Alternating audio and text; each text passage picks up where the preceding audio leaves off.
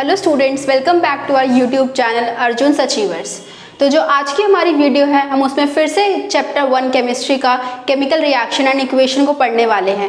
जो हमारी last video थी, उस वीडियो में हम लोगों ने क्या किया था, हमने केमिकल रिएक्शन, केमिकल इक्वेशन और how to balance a chemical equation, इन सब टॉपिक्स को कवर किया था। जो आज की हमारी वीडियो है, हम उसमें different types of chemical reaction के बारे में पढ़ने वाले हैं। तो आई होप आप इस वीडियो को एंड तक देखें और एंड तक देखते आपके ये सारे कंसेप्ट क्लियर हो जाएं। तो जो हमारी प्रीवियस वीडियो थी, उसको देखने के लिए आई बटन पे क्लिक करें और let's start the video. Like, share, subscribe our channel. तो सबसे पहले हम देख लेते हैं कि हमारे कौन कौन से different types of chemical reactions होते हैं। जो सबसे पहला हमारा रिएक्शन होता है वो होता है combination reaction, second is decomposition reaction, third displacement reaction, fourth double displacement reaction and last oxidation and reduction. तो हम एक एक करके इन सभी रिएक्शंस को डिटेल में पढ़ेंगे। तो हम सबसे पहले पढ़ेंगे कॉम्बिनेशन रिएक्शन के बारे में। तो सबसे पहले हम देखते हैं कॉम्बिनेशन रिएक्शन क्या होता है। Combination reaction, the reaction in which two or more reactants combine to form a single product। जैसे कि हमने अपनी प्रीवियस वीडियो में भी बात की थी कि reactants क्या होते हैं और प्रोडक्ट क्या होते हैं, तो वही यहाँ पर भी वही चीज़ है। The reaction in which two or more reactants, यानी कि एक, दो या दो से ज़्यादा रिएक्टेंट्स जो है मिलके क्या कर रहे हैं, एक सिंगल प्रोडक्ट बना रहे हैं। यहाँ पे जो हमें बात ध्यान रखनी है वो है कि यहाँ पे दो या दो से ज़्यादा रिएक्टेंट्स हमारे पास होंगे और वो सब मिलकर क्या बनाएंगे, एक सिंगल प्रोडक्ट के बारे में, सिंगल प्रोडक्ट बनाएंगे।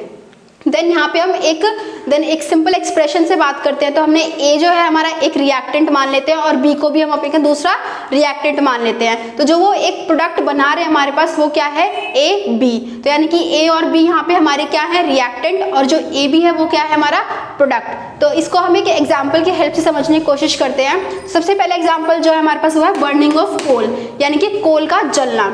तो कोल को हम सी से, यानी कि कार्बन से भी हम उसको जो रिप्रेजेंट कर सकते हैं, वो हमारा सॉलिड फॉर्म में प्रेजेंट होता है। देन उसके बाद हम उसको in the presence of air, air में क्या प्रेजेंट होता है, हमारा ऑक्सीजन, तो यानी कि वो गैसियस फॉर्म में होती है। तो हम इन दोनों को रिएक्ट कराएंगे तो क्या मिलेगा हमें, CO2, यानी कि carbon dioxide.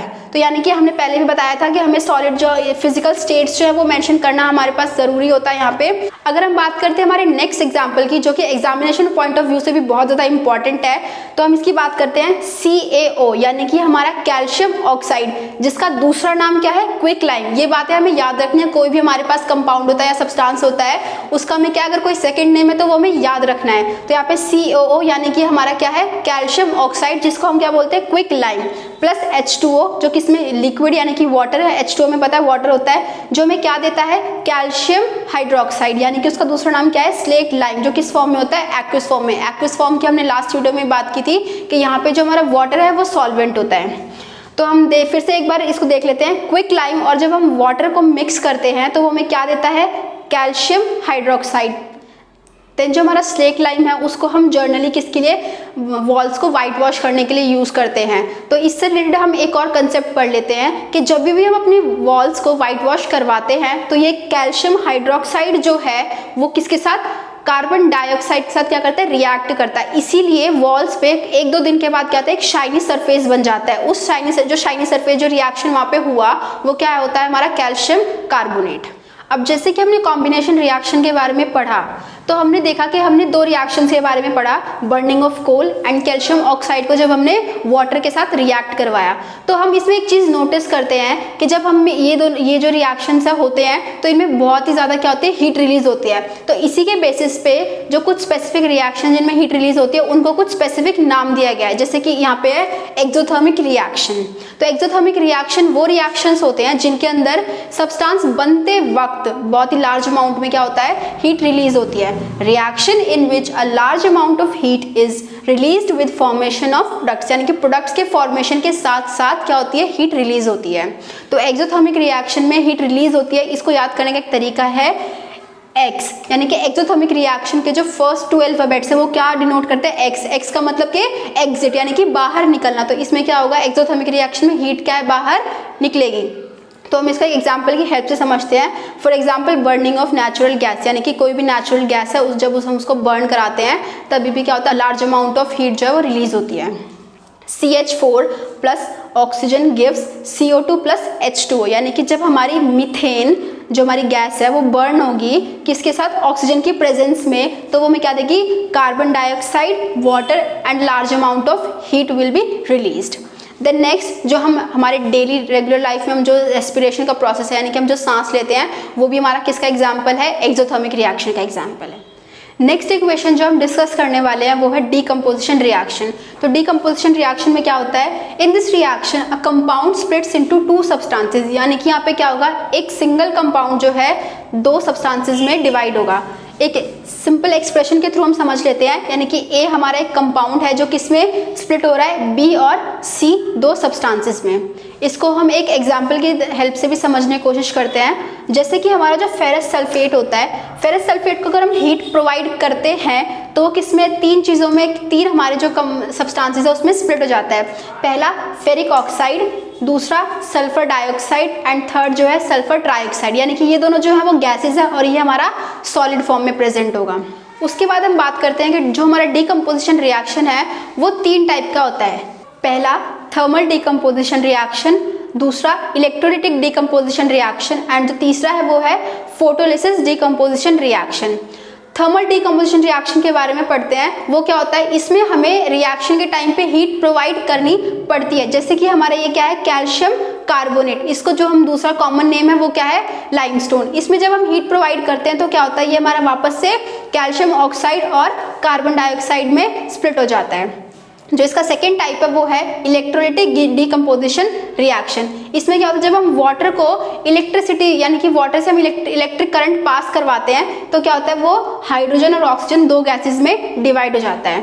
Third photolysis decomposition reaction, इसमें हम क्या करते हैं, सिल्वर क्लोराइड को लेते हैं और उसको अगर हम सनलाइट में रख देते हैं, सनलाइट के प्रेजेंस में क्या होता है, वो डीकम्पोज होना स्टार्ट हो जाता है और वो सिल्वर और क्लोराइड दो सब्सटेंसेस में डिवाइड हो जाता है। इसमें क्या होता है, जो पहले हमारा सिल्वर क्लोराइड होता है वो हमारा सिल्वर कलर में प्रेजेंट होता है, लेकिन जैसे ही वो डीकम्पोज हो जाता है उस पर एक ब्लैक कलर की कोटिंग आ जाती है। वो इसी वजह से आती है कि हमने उसको सनलाइट के प्रेजेंस में रखा था और उस पर वो डीकम्पोज हुआ और उस पर एक ब्लैक कलर की कोटिंग आ गई।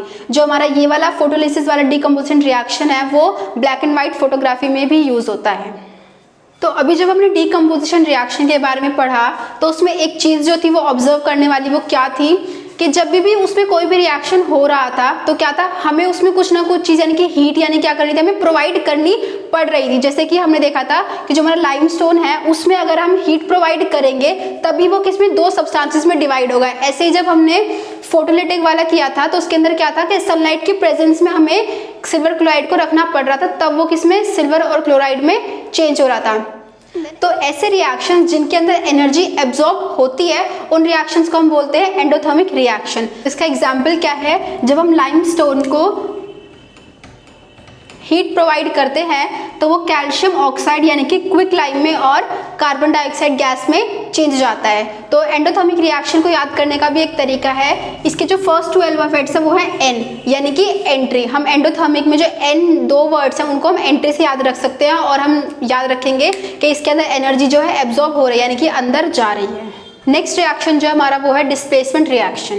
तो डिस्प्लेसमेंट रिएक्शन क्या होता है, the reaction in which more reactive element replaces the less reactive element from its solution. यानी कि क्या होगा, जो मोर रिएक्टिव एलिमेंट होगा वो लेस रिएक्टिव एलिमेंट को उसी के सॉल्यूशन से क्या कर देगा, रिप्लेस कर देगा, यानी कि उसकी जगह पर खुद आ जाएगा। तो इसका एग्जाम्पल जो है वो क्या है, Fe + CuSO4 gives FeSO4 + Cu, यानी कि आयरन प्लस कॉपर सल्फेट का जो सॉल्यूशन होता है वो गिव्स FeSO4 यानी कि आयरन सल्फेट प्लस Cu यानी कि कॉपर।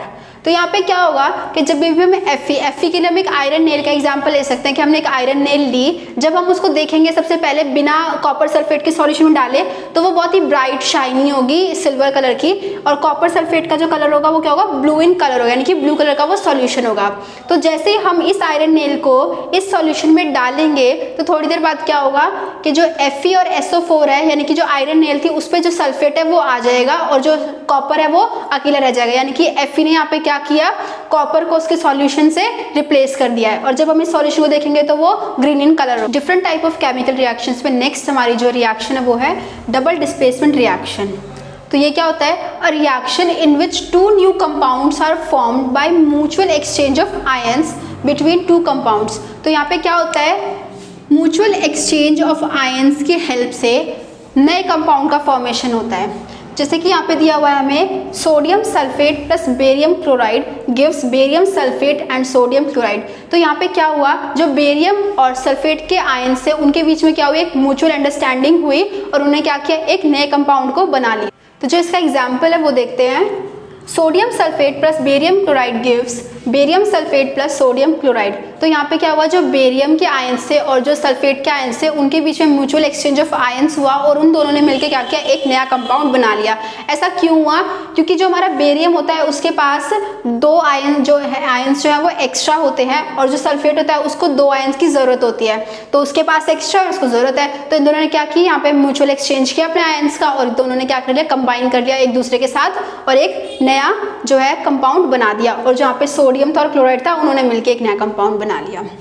स्पेशल टर्म है जो कि है प्रेसिपिटेट। प्रेसिपिटेट में क्या होता है कि जब हमारे पास एक लिक्विड सॉल्यूशन होता है और उसमें कोई चीज़ जो है, कोई सॉलिड जो है नीचे बैठ जाता है, यानी कि इनसॉल्युबल सॉलिड जो है नीचे की तरफ सेटल डाउन हो जाता है, तो उसको हम बोलते हैं प्रेसिपिटेट। हम अपनी डेली लाइफ से एक एग्जाम्पल भी ले सकते हैं इसका, जैसे कि चौक को अगर हम क्रश करके एक वाटर की लिक्विड है उसमें अगर हम मिक्स करते हैं तो क्या होता है, वो जाके नीचे बैठ जाता है, वो उसमें पूरी तरह से डिजोल्व नहीं हो पाता है। तो जो वो नीचे व्हाइट कलर का प्रेसिपिटेट जो सेटल डाउन हो गया वो क्या है, हमारा प्रेसिपिटेट का एग्जाम्पल। तो जो हमारा लास्ट रिएक्शन है इस टॉपिक का वो है ऑक्सीडेशन एंड रिडक्शन।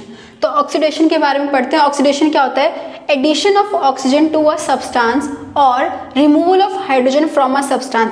यानी कि किसी भी सब्सटेंस के अंदर ऑक्सीजन अगर ऐड होता है या फिर किसी भी सब्सटेंस के अंदर से अगर हमारा हाइड्रोजन जो है वो रिमूव होता है तो हम उसको क्या बोलते हैं, ऑक्सीडेशन। फिर उसके बाद अगर हम बात करते हैं रिडक्शन की, तो रिडक्शन में क्या है, addition of hydrogen to a substance और removal of oxygen from a substance. यानी कि यहाँ पे क्या होगा, रिडक्शन के अंदर यहाँ पे हाइड्रोजन की एडिशन होगी किसी भी सब्सटेंस के अंदर या फिर ऑक्सीजन का क्या होगा, रिमूवल होगा किसी भी सब्सटेंस के अंदर से। तो हमें दोनों के बीच में डिफरेंस याद रखना है कि जो ऑक्सीडेशन है उसमें ऑक्सीजन ऐड होगा और हाइड्रोजन रिमूव होगा, और जो रिडक्शन है उसमें हाइड्रोजन ऐड होगा और ऑक्सीजन रिमूव होगा। तो इसके एग्जाम्पल समझते हैं। वो है CuO प्लस H2, यानी कि copper oxide plus hydrogen gives CuO plus H2O। यानी कि देखो यहाँ पे जो हमारा कॉपर ऑक्साइड है वो यहाँ पे आके क्या बन गया, कॉपर।